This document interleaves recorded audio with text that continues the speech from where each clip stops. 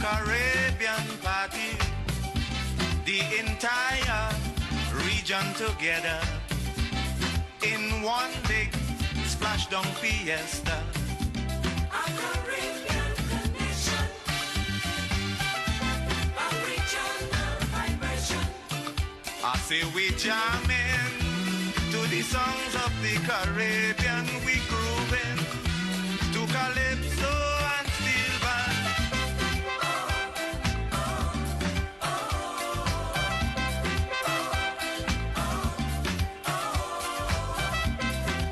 This jam go be irie.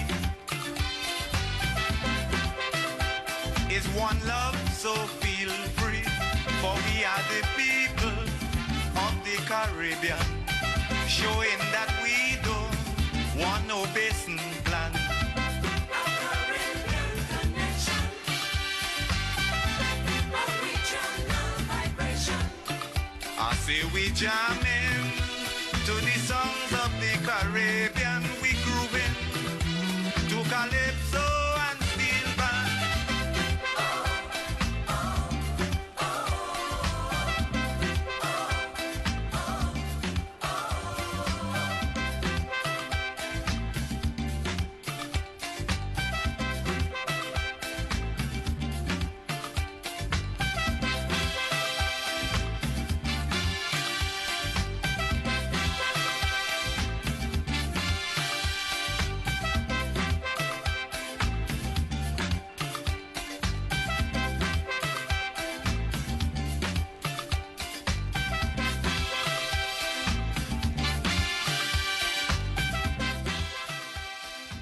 Hailed as one of the greatest calypso writers of all time. That's Merchant there with Caribbean Connection. And we have online with us this morning as we celebrate Father's Friday. We have Merchant's son. You might know him as Sekon Star. Good morning to you, Sekon.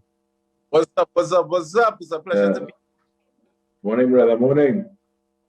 It's a pleasure to have you here as well, sir. And this morning we're talking fathers, right? And we're talking the role that fathers play in society and in our lives personally. Tell me a little bit about your relationship with your father, the Merchant. The thing about it is, I think, like, honestly, I give my father a lot of credit for where I am in life. But I also have a stepfather that did most of the raising, did most of the moral standards. I actually carry my stepfather's last name for reasons that I don't really need to share at this moment. So I was fortunate to have two fathers, two good men in my life that very actively there, you understand? But in terms of musical mastery and stuff, Dennis Franklin Williams, my biological father, is definitely one of the greatest ever do it. You mentioned that you had a good relationship with your two father figures in your life, your biological father and your stepfather. Did they have any type of relationship? Yeah, that was good. Yeah. Yeah. No, they were good. They were good. At least I didn't know they wasn't good. Right. They wasn't good. I think at some point you have to understand what is he going through. My father was dying, and I think he felt very blessed to have somebody that is willing to take care of his son and grow him up in the way. And my father, my Mr. Watson is a very respectable man. So I used to see them talking and saying, at least to me, it never used to look any kind of way. I think that's a very important part because I think a lot of times that parents don't realize that what the children see is important now. It's true. So I was very blessed. Very, very blessed. Can you tell me some of the lessons that you would have learned from either or from both of them that would have assisted you to say, all right, now if I doing this, it's probably wrong, and one of or both of my father figures would not be very happy with this situation. Also, I'll never forget, as I always say this, I said a story every time. I went to Merchants as a youth man, and I was like, write a song for me because all the big artists used to come to the house and come and get songs for Carnival and things. So I go to him, and he looked at me, he said, when I pass away, would you come to the grave with a pen and ask me to write a song for you? And I was like, angry, ran away, whatever. It took a while after I decided to write more song, and I realized it was something that came very easy to me. It wasn't a challenge. Mind you, the whole song I wrote, my first song was an entire stolen song melody, but I didn't know that. And on Brian's side of things, there's so many lessons when it comes to him in terms of, but one thing he always did is push me and tell me that a man must have two skills, skill of the hand and skill of the head, which is that you must be academically inclined, but you must also be able to do something with your hand, do something with your talents that God give you outside of academics that will be able to pay you. And what I chose was music, and it's still paying me to this day. So yeah, those are the two very important lessons I learned from both sides of the coin. Coming up in this music industry, Sekon, I know that you would have faced a few challenges along the way. You know, it wouldn't have been the smoothest of rides all the time. I mean, I don't think it really is for anybody. But what are some of the things that would have helped you to stay grounded and to stay focused on getting through the bad patches? Boy, sticking to your purpose, believing that God is always there for you. You're believing that this is of you, knowing that this is the only choice. And it is fly or fall, and I ain't falling. And So, I mean, as a tall fellas, if you fall, it go hurt. it go hurt. So fly. Second, you have any children that we should know about? No. Yeah, we missed that last part. Was that?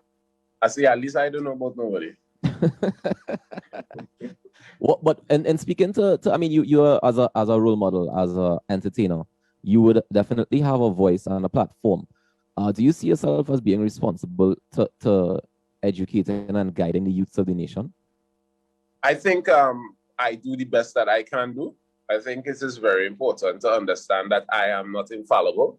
But with that being said, any way that I can point somebody in the right direction, I have been doing so, and I continue to do so on both a personal level and a public level.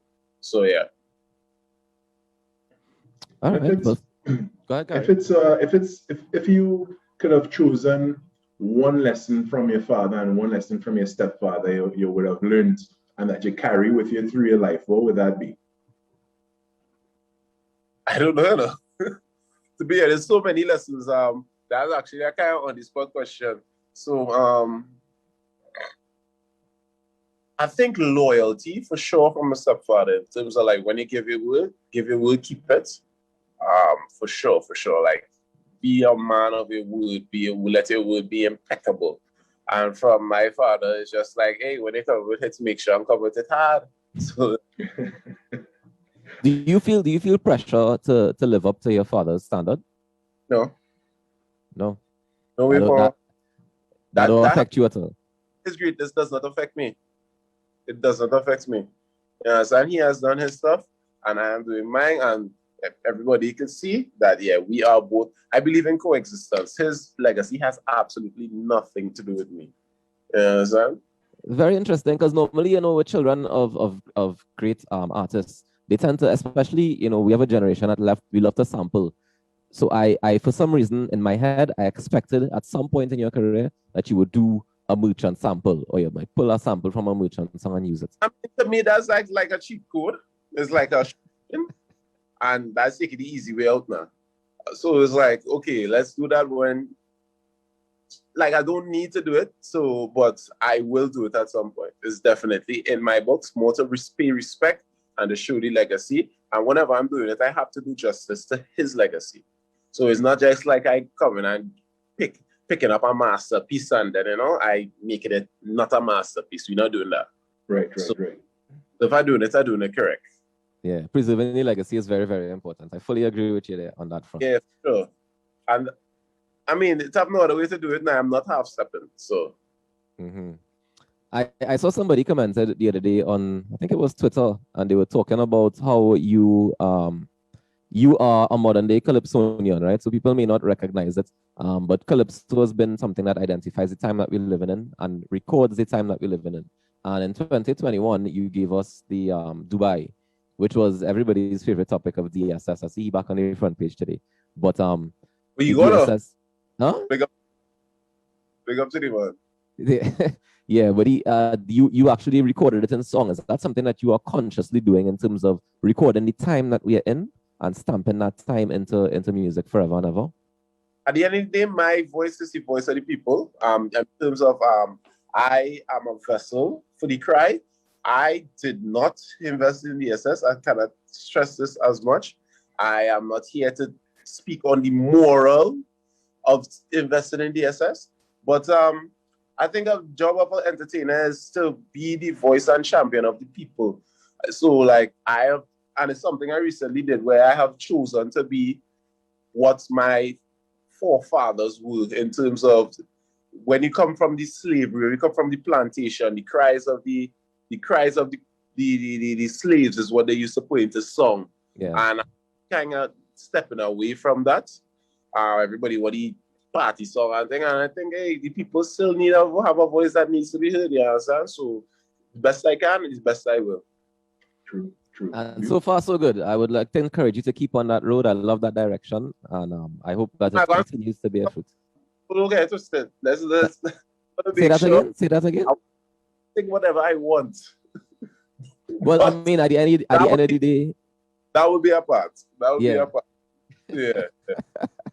Sekon, I want to thank you very much for joining us this morning and for No. sharing a little bit of insight into your relationship with your dad and your stepdad as well. And I want to wish both of them, well, your stepdad a happy Father's Day, and to any other male role models in your life, a happy Father's Day. And if you find out anytime that you have some children outside, then happy Father's Day to you too. Don't worry. Huh? Don't worry. I still doing God's work. Enjoy the rest of your day, Have a sir. good one, Enjoy the Sekon. weekend. Yeah, man.